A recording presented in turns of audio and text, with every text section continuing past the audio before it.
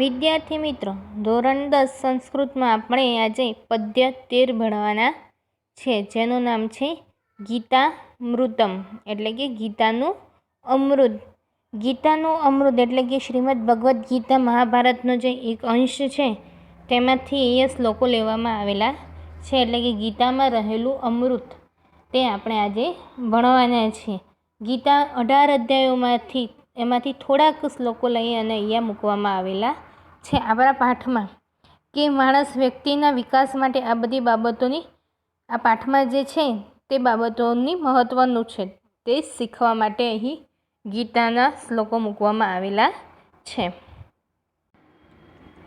શ્રીમદ ભગવદ્ ગીતા મહાભારતના ભીષ્મ પર્વનો એક અંશ છે. તેમાં કુલ 18 અધ્યાયો અને 700 શ્લોકો છે. કુરુક્ષેત્રના મેદાનમાં પાંડવો અને કૌરવો વચ્ચે મહાયુદ્ધ થયું હતું. શત્રુ પક્ષમાં ઊભેલા પોતાના સ્વજનો અને મિત્રોની સાથે યુદ્ધ કરવા હોય તેમના તરફની લાગણીને કારણે અર્જુન વિષાદ અનુભવે છે. વળી સ્વજનો સાથેના યુદ્ધના પરિણામોથી ડરી જઈને યુદ્ધ કરવાનો વિચાર પડતો મૂકે છે.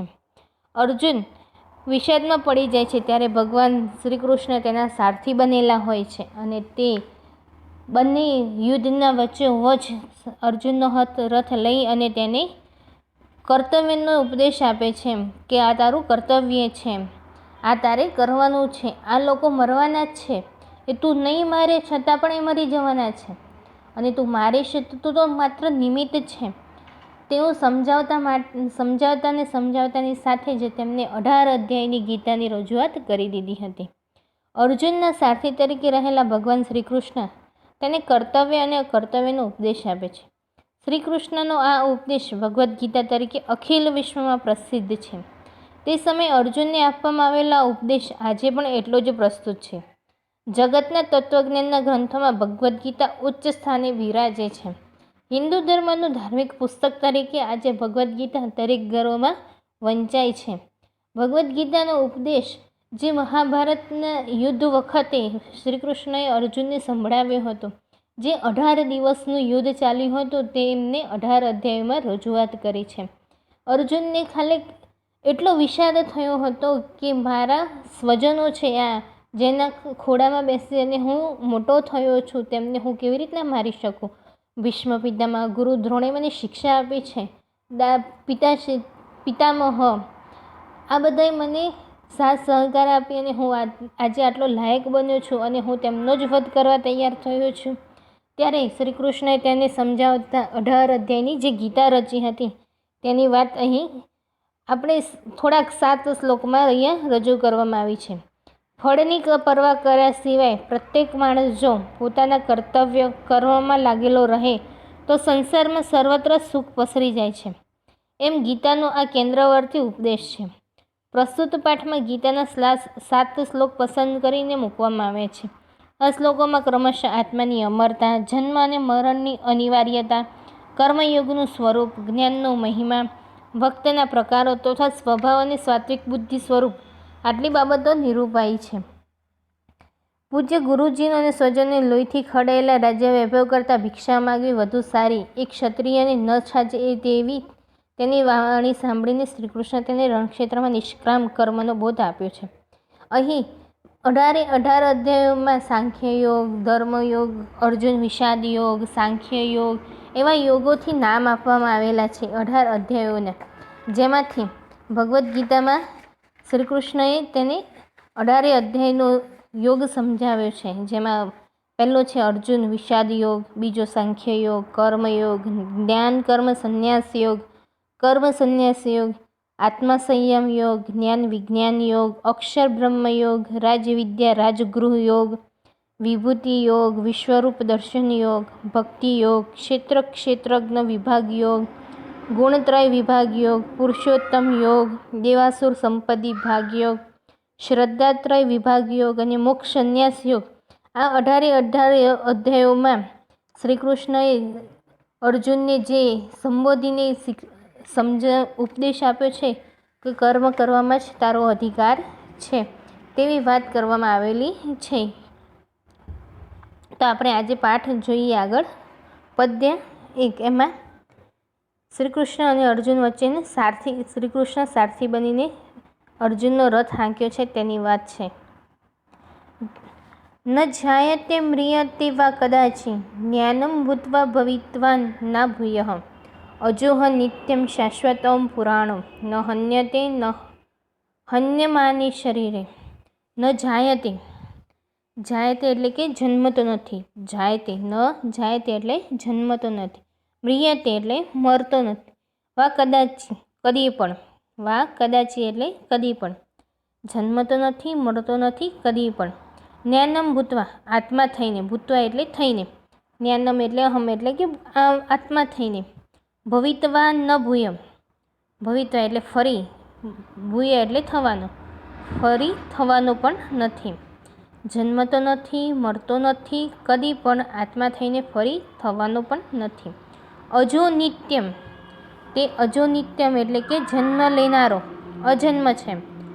નિત્ય હંમેશા રહેનારો એટલે કે અજો નિત્યમ જે હંમેશા જન્મ ન લેનારો છે.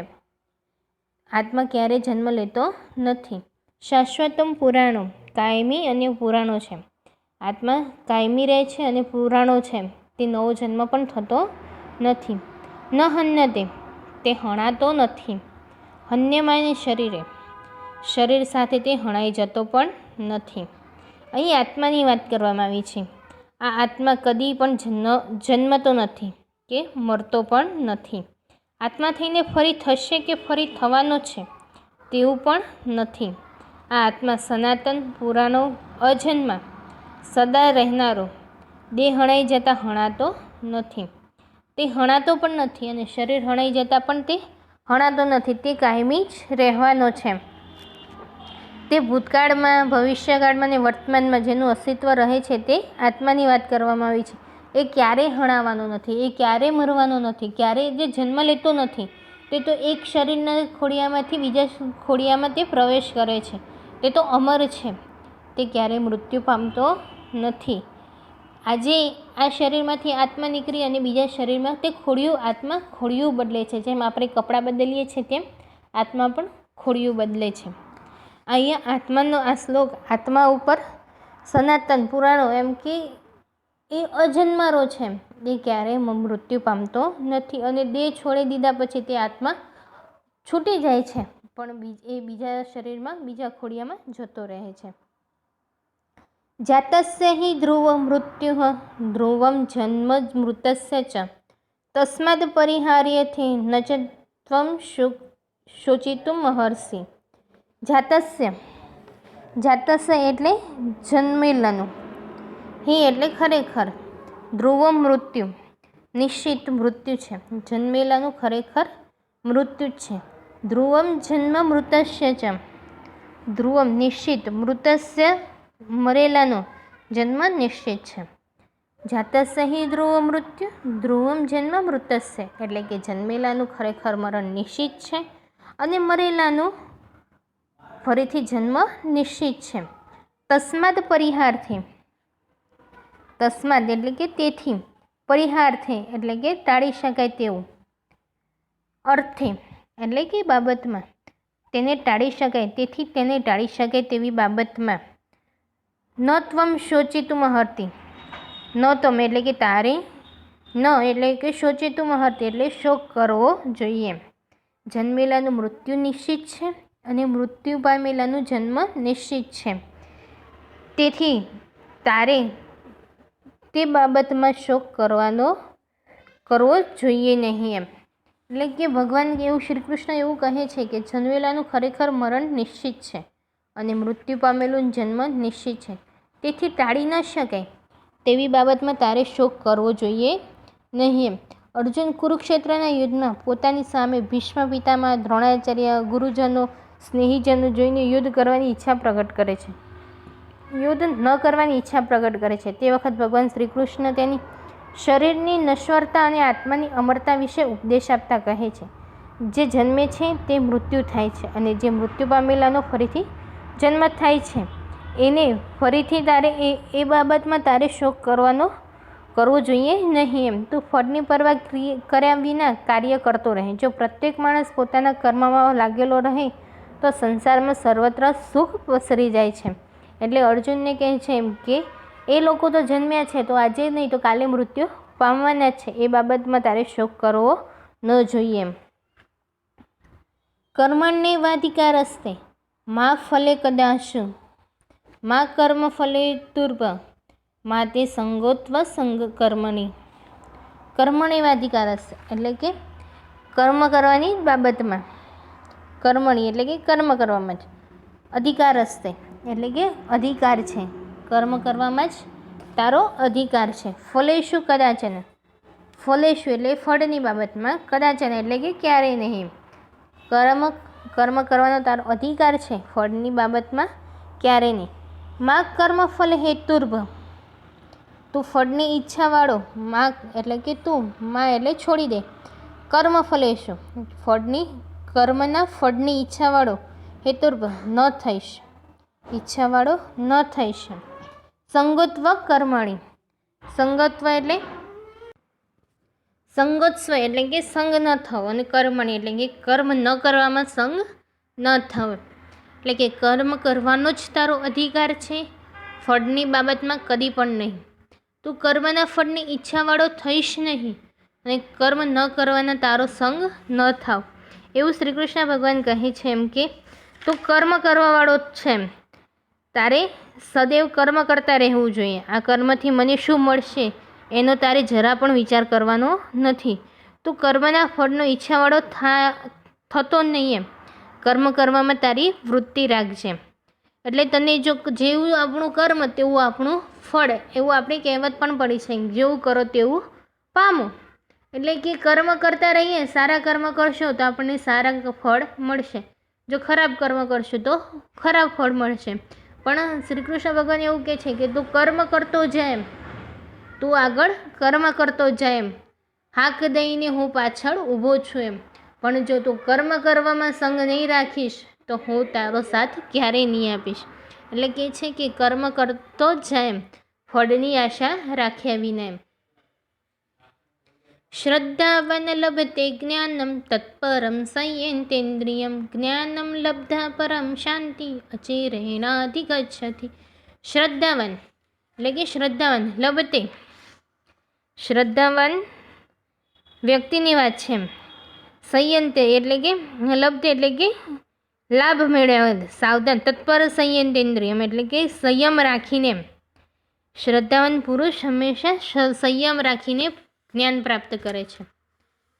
જ્ઞાનમ લબ્ધા પરમ શાંતિ, જ્ઞાન મેળવવામાં ટૂંક સમયમાં પામે છે. જ્ઞાન મેળવવામાં શાંતિ રાખે તે ટૂંક સમયમાં જ, ઇન્દ્રિયોને જે કાબૂમાં રાખે છે ટૂંક સમયમાં જ પરમ શાંતિ પામે છે.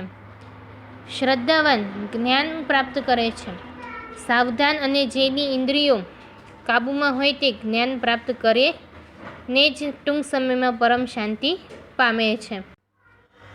શ્રી કૃષ્ણ ભગવાન કહે છે કે જે શ્રદ્ધાવાન એટલે કે જેની શ્રદ્ધા છે તે જ જ્ઞાન પ્રાપ્ત કરી શકે છે. જે સાવધાન રીતે પોતાની ઇન્દ્રિયોને કાબૂમાં રાખી શકે તે જ જ્ઞાનને પ્રાપ્ત કરી શકે છે અને ટૂંક સમયમાં શાંતિને પામી શકે છે. જેવા કે સાધુ સંતોની વાત કરીએ તો એ પોતાનું જ્ઞાન પ્રાપ્ત કરવા માટે જે પોતાની ઇન્દ્રિયોને કાબૂમાં રાખી અને તપ મનોબળ પ્રાપ્ત કરે છે તેની વાત કરવામાં આવી છે કે જો તું ફળની આશા રાખીશ તો તું ફળ મેળવી શકીશ નહીં એમ. તું જ્ઞાન મેળવવામાં ઈચ્છનાર છે, શ્રદ્ધા હોવી જોઈએ. જે જ્ઞાન મેળવવા ઈચ્છતું હોય તેની શ્રદ્ધા હોવી જોઈએ. જેમ શ્રદ્ધા યા ભાવના રાખશે તેવું જ ફળ મળશે. જો પોતાની ઇન્દ્રિયો પર વિજય મેળવ્યો હશે તો એ જ્ઞાનની પ્રાપ્તિ જલ્દી કરી શકશે. ચતુર્વિદ્યા ભજન્તે માં જન સુકૃતો નોર્જુનમ આર્તો જિજ્ઞાસુનાર્થી જ્ઞાની ચંભરત શર્વ. ચતુર્વિદ્યા એટલે કે 4 વિદ્યાઓ, ભજન્તેમાં જના એટલે કે મને ભજે છે. 4 વિદ્યાઓ એટલે કે 4 પ્રકારના લોકો મને ભજે છે. સુકૃત અર્જુનમ સદાચારી અર્જુન સાંભળે. આર્તો જિજ્ઞાસુ અર્થાર્થી જ્ઞાની ચ ભરતર્ષમ. હે ભરતવંશી કે મને 4 પ્રકારના માણસો, સદાચારી માણસો ભજે છે. જેમાં આર્ત, જિજ્ઞાસુ, અર્થાર્થી અને જ્ઞાની. એમાં આર્ત એટલે દુઃખી, કે જે કોઈ કારણ દુઃખ આવી પડ્યું હોય તેવા લોકો મને ભજતા હોય છે, કે જ્યારે આપણને દુઃખ આવે ને ત્યારે આપણે ભગવાનને યાદ કરતા હોઈએ છીએ. બીજા છે જિજ્ઞાસુ, એમ જે ઈશ્વરના સ્વરૂપને જાણવાની ઈચ્છા રાખતો હોય તે જિજ્ઞાસુ ભક્ત ભજતો હોય. ત્રીજો છે અર્થાર્થી, એટલે કે સંસારના પદાર્થોમાં ધન, પદ, સંતાન વગેરે સંસારિક પદોની પ્રાપ્તિ માટે ભગવાનને ભજતો હોય. અને ચોથો છે જ્ઞાની, જેને સંસારની અનિત્યતા, આત્માની અમરતા તથા ઈશ્વરના સ્વરૂપનું જ્ઞાન થયું છે તેવો માણસ મને ભજે છે. એટલે કે હે અર્જુન, હે ઉત્તમ ભરતવંશી રાજા, 4 પ્રકારના સદાચારી માણસો મને ભજે છે: આર્ત, જિજ્ઞાસુ, અર્થાર્થી અને જ્ઞાની. જેમાં આર્ત છે તે દુઃખી માણસો છે, જિજ્ઞાસુ છે તે જાણવા ઈચ્છે છે, ભગવાનના જે કર્મો છે, ભગવાનના જે સ્વરૂપો છે તે જાણવાની ઈચ્છા રાખે છે. અર્થાર્થી એટલે કે કોઈક ધન, સંતાન, મોહ, પદ આ બધું મેળવવા માટે મને ભજતો હોય. અને જ્ઞાની એ બધું જ આત્માની અમરતાને જાણી ગયો હોય તેવો વ્યક્તિ મને ભજતો હોય છે. યસ્માનો દ્વિજતે લોકો લોકાનો દ્વિજતે ચ હર્ષામર્ષમ ભયોદ્વેગે મુક્તો યસ ચ મે પ્રિય. યસ્માનો દ્વિજતે, યસ્માનો એટલે કે જેનાથી, ઉદ્વિજતે એટલે કે ઉદ્વેગ પામતા નથી, જેનાથી લોકો ઉદ્વેગ પામતા નથી. લોકાનો દ્વિજતે, જે પોતે પણ લોકોથી ઉદ્વેગ પામતા નથી. હર્ષામહર્ષ, હર્ષ અને હર્ષમાં, અને ભયોદ્વેગે ભય અને ઉદ્વેગથી. મુક્તો યસ ચ મે પ્રિય, મુક્ત થયેલ છે તે મને પ્રિય છે. મુક્તો એટલે કે મુક્ત થયેલ, સચ મે પ્રિય છે, જેનાથી તે ઉદ્વેગ પામતું નથી, એટલે કે બેચેન થતું નથી, અને જે પોતે પણ અન્યથી સંતાપ કે ઉદ્વેગ પામતો નથી. જેનાથી એ માણસ પણ ઉદ્વેગ પામતો નથી અને માણસથી પોતે પણ બેચેન થયેલો નથી. એમ તે હર્ષમાં અને અસહનશીલતા, ભય અને ઉદ્વેગથી મુક્ત થયેલો છે તે મને પ્રિય છે. અહર્ષ એટલે કે પારકાના સુખને સહન ન કરવાથી, ડર અને ઉદ્વેગ એટલે કે આ લોકોથી જે દૂર થયેલા છે, મુક્ત થયેલા છે તે મને પ્રિય છે. જે લોકો એમ કે બીજાના ઉદ્યોગથી એમ ઉદ્વેગ પામતા નથી એમ, અને પોતાના ઉદ્વેગથી પણ લોકો બીજા ઉદ્વેગ ન પામે તેવા લોકોના હર્ષનો અનુભવ કરે અને પારકાના સુખને પણ અનુભવ કરે અને દુઃખને પણ સહન ન કરી શકે તેવા લોકો મને પ્રિય છે. જેનાથી કોઈ ઉદ્વેગ પામતું નથી અને જે પોતે પણ અન્યથી સંતાપ કે ઉદ્વેગ પામતો નથી, જે હર્ષ, અમર્ષ, ભય અને ઉદ્વેગથી મુક્ત થયેલો છે તે ભક્ત મને પ્રિય છે. પ્રવૃત્તિ ચ નિવૃત્તિ ચ કાર્ય કાર્ય ભયાભય બંધ મોક્ષ ચ યો વેત્તિ બુદ્ધિ સા પાર્થ સાત્વિકી. પ્રવૃત્તિ ચ, જે પ્રવૃત્તિમાં, નિવૃત્તિ ચ એટલે કે નિવૃત્તિમાં, કાર્ય કર્તવ્ય અને અકર્તવ્યમાં, ભયાભય ભય અને અભયમાં, બંધ મોક્ષ બંધ અને મોક્ષને, વેતી બુદ્ધિ જે જાણે છે, બુદ્ધિ સા પાર્થ સાત્વિકી તેની બુદ્ધિ સાત્વિક બુદ્ધિ છે. હે પાર્થ, જે બુદ્ધિ પ્રવૃત્તિ અને નિવૃત્તિમાં, કર્તવ્ય અને અકર્તવ્યમાં, ભય અને અભયમાં, બંધ અને મોક્ષને જાણે છે તે બુદ્ધિ સાત્વિક બુદ્ધિ છે. એટલે કે સાત્વિક બુદ્ધિની વાત કરવામાં આવી છે. અહીંયા ભગવાન એવું કહે છે કે એની પ્રવૃત્તિ કે નિવૃત્તિમાં કઈ પ્રવૃત્તિ મારા માટે યોગ્ય છે અને કઈ નથી તેનો પણ એને ખ્યાલ નથી. આ કર્તવ્ય સારું છે કે આ કર્તવ્ય ખરાબ છે, એ મારે કરવું જોઈએ કે ન કરવું જોઈએ એનો પણ ખ્યાલ નથી. એને કઈ બાબતનો ભય છે કે કઈ બાબતનો અભય છે તેનો પણ ખ્યાલ નથી. બંધન છે કે મોક્ષ છે તેનો પણ જેને ખ્યાલ નથી તેવી બુદ્ધિ જે છે તે સાત્વિક બુદ્ધિ કહેવાય છે. અને એ બુદ્ધિવાળા વ્યક્તિઓ મને પ્રિય છે. એટલે ભગવાન એમ કહે છે કે જે ક્યારે પણ ફળની બાબતમાં, કાર્ય કરવાની બાબતમાં, કર્મ કરવાની બાબતમાં જેથી મારાથી થશે તે બધું જ મારે કરવાનું છે, મારે કંઈ ફળની આશા રાખવાની નથી તેવી બુદ્ધિ તે સાત્વિક બુદ્ધિ છે. તે બુદ્ધિવાળા લોકો મને પ્રિય છે. સ્વાધ્યાય જોઈએ તો ક ન જાયતે મીયતે વા કદાચિત તો આત્મા, કસ્ય મૃત્યુ ધ્રુવમ તો જાતસ્ય, કસ્મિન અર્થેત્વ શોચિતું મહર્ષિ તો અપરિહાર્ય, કસ્મિન સંગતે સંગમ ન સ્યાત તો અકર્મણિ, જ્ઞાનમ ક લભતે તો શ્રદ્ધાવાન, કતિ વિદ્યા ભક્તા ભવંતી તો ચતુર્વિદ્યા ભક્તા ભવંતી. એક વાક્ય સંસ્કૃત ભાષાએ ઉત્તરત, અજમ નિત્ય શાશ્વત પુરાણ ચ કહમ તો આત્મા અજમ નિત્ય શાશ્વત પુરાણ ચ, મૃતસ્ય કિમ ધ્રુવમ તો મૃતસ્ય જન્મ ધ્રુવમ, કસ્મિન તે અધિકાર અસ્તિ તો કર્મણિ એવ તે અધિકાર અસ્તિ, જન કદા શાંતિમ અધિગચ્છતિ જન જ્ઞાનમ લબ્ધા પરમ શાંતિ અધિગચ્છન્તિ, ક ભક્ત ભગવત પ્રિય અસ્માન લોકન ઉદ્વિજયતે ય લોકાન ઉદ્વિજયતે યહ ચ હર્ષામર્ષ ભયોદ્વેગે મુક્ત સ ભક્ત ભગવત પ્રિય. વચનાનુસાર શબ્દરૂપે રિક્ત સ્થાન પૂરતઃ એક વચન, દ્વિવચન અને બહુવચનમાં. શરીરે તો શરીરયોઃ શરીરેષુ, જન હે જન જનૌ અને જનાઃ, લોકાત લોકાભ્યાસ અને લોકેભ્યઃ, પ્રવૃત્તિઃ તો પ્રવૃત્તિને પ્રવૃત્તયઃ. રિક્ત સ્થાનપૂર્તિ વિધેયા, રિક્ત સ્થાનપૂર્તિ એટલે કે ન જાય તે મીયતે વા કદાચિત આત્મા, કર્મણેવાધિકારસ્તે મા ફલેષુ કદાચન, શ્રદ્ધાવાન લભતે જ્ઞાનમ, બંધ મોક્ષ ચ યો વેતિ સા બુદ્ધિ સાત્વિકી. રેખાંકિત પદાના સ્થાને પ્રશ્નવાક્ય પદ લિખિત્વા પ્રશ્નવાક્ય રચયતમ. રેખાંકિત સ્થાન એટલે કે જે જગ્યા રેખાંકિત કરેલી છે તેની જગ્યાએ પ્રશ્નવાક્ય બનાવવાનું છે.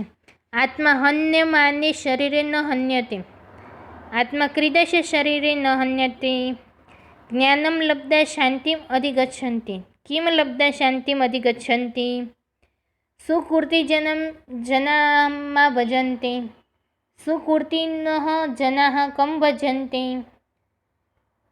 સા બુદ્ધિ સાત્વિકમ વર્તતે, સા બુદ્ધિ ક્રીડશ વર્તતે, સંધિ વિચ્છેદ કુરુતઃ, અજો નિત્યઃ અજઃ વત્તા નિત્યઃ, શાશ્વતમ તો શાશ્વતઃ વત્તા અયમ, કર્મણે વાધિકાર અસ્તે તો કર્મણિ વત્તા એવ વત્તા અધિકાર વત્તા તે, સંગોત્સંગવ કર્મણિ સંગઃ વત્તા અસ્તુ વત્તા અકર્મણિ. સમાસ પ્રકારે લિખત. ગીતામૃતમ ષષ્ઠી તત્પુરુષ સમાસ, અપરિહાર્યે નગ્ન તત્પુરુષ સમાસ, સંયંતેન્દ્રિયમ બહુવ્રીહિ સમાસ, હર્ષામર્ષ ભયોદ્વેગા ઇતરેતર દ્વંદ સમાસ, ભયાભયે તો ઇતરેતર દ્વંદ સમાસ. જાત હિ અધ્યસનાય શ્લોકાય પૂર્તિ કુરુતઃ, જાત હિ ધ્રુવમ મૃત્યુઃ ધ્રુવમ જન્મ મૃતસ્ય ચ, તસ્માદ પર્યાર્થે અર્થે ન ત્વં શોચિતુમર્હતિ, યસ્માન્નોદ્વિજતે લોકો લોકાન્નોદ્વિજતે ચ યઃ, હર્ષામર્ષ ભયોદ્વેગા મુક્તો યસ ચ મે પ્રિય. કર્મણ્યેવાધિકારસ્તે મા ફલેષુ કદાચન, મા કર્મ ફલે હેતુર્ભઃ મા તે સંગોત્વ સંગ કર્મણિ, કર્મ કરવાનો જ તારો અધિકાર છે, ફળની બાબતમાં કદી પણ નહીં. તું કર્મના ફળની ઈચ્છાવાળો થઈશ નહીં, કર્મ ન કરવાનો તારો સંગ ન થાવ. અહીં ભાવાર્થ અર્થ વિસ્તાર સમજાવવાનો છે. પ્રસ્તુત લેખમાં ભગવાન કહે છે કે કર્મ કરવાનો તારો અધિકાર છે, આથી હંમેશા તારે કર્મમાં ધ્યાન આપવું જોઈએ. આથી મને શું ફાયદો થશે, આ કાર્ય કરવાથી મને કેટલા પૈસા ધન મળશે, આથી મને કેટલું બળ બુદ્ધિ મળશે, એવું તારે વિચાર જરા પણ કરવો જોઈએ નહીં. કર્મના ફળનો જો તું વિચાર કરીશ તો તું જીવન માત્ર મર્યાદિત ક્ષેત્રમાં જ આગળ વધી શકીશ.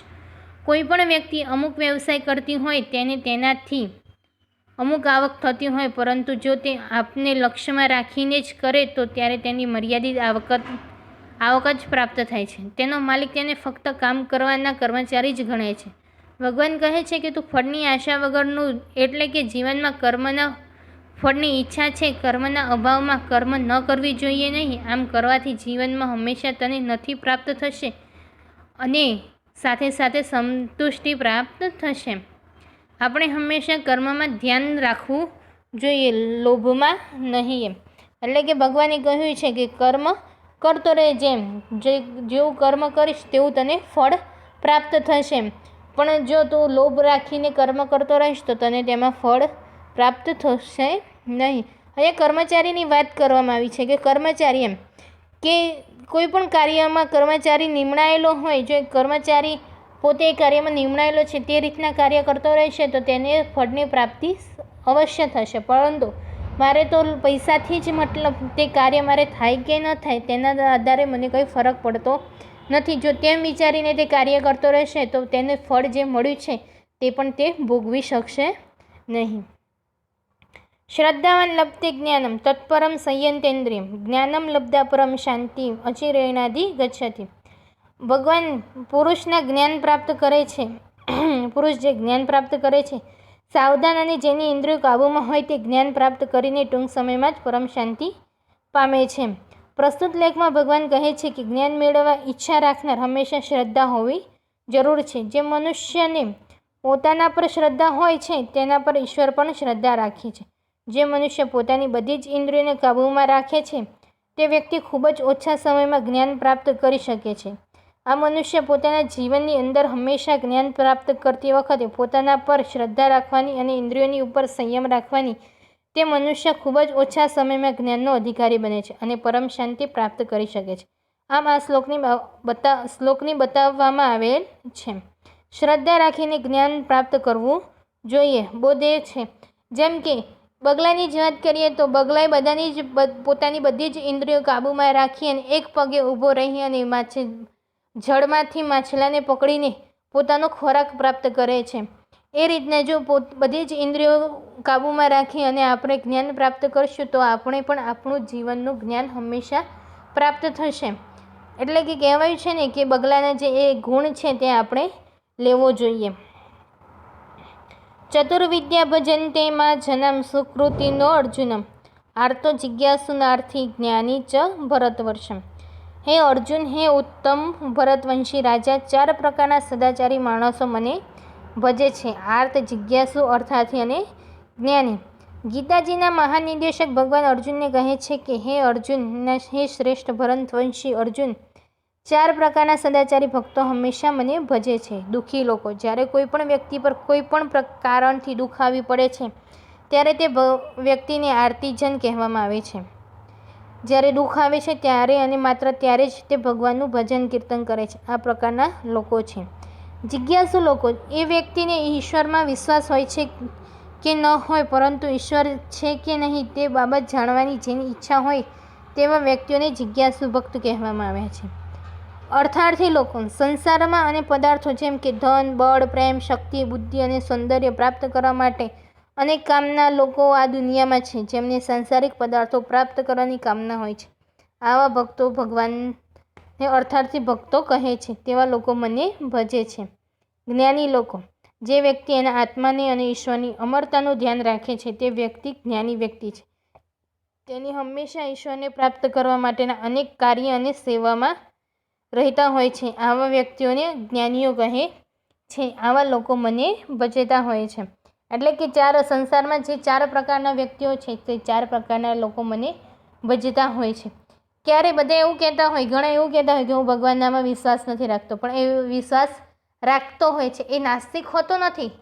એમ કે હું તો નાસ્તિક છું, મને ભગવાન પર જરાક વિશ્વાસ નથી, પણ એ વ્યક્તિ પણ ભગવાનને ભજતો હોય છે, પણ એ દેખાવ કરતો નથી. જે અર્થાર્થી લોકોમાં આવે છે એમ કે દેખાવ કર્યા વગર ભગવાનને ભજતો હોય છે. જ્યારે જરૂર પડે ત્યારે ભગવાન સામે હાથ લાંબુ કરી દે છે. બસ ભગવાને આપી દીધું પછી એ છોડી દે છે. એટલે કે આવા લોકો પણ મને ભજતા હોય છે. સંસારમાં જે 4 પ્રકારના વ્યક્તિઓ છે તે 4 પ્રકારના વ્યક્તિઓ મને ભજતા હોય છે. અહીં આપણો પદ્ય પાઠ પૂર્ણ થાય છે.